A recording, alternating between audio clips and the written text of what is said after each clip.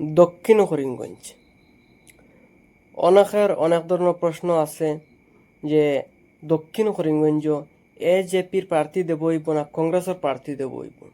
তো আপনার তোরে জানিয়ে দেওয়ার লাগে ভিডিওটা বানাইয়ার আজকে এটা ফাইনাল হয়ে গেছে যে সাউথ করিমগঞ্জ ভারতীয় জাতীয় কংগ্রেসের টিকিট দেব হইব। এটাত কোনো সন্দেহ নাই।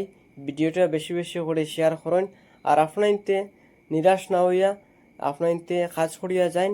এটা 200 শিওর ভারতীয় জাতীয় কংগ্রেসের টিকিট দেব হইব।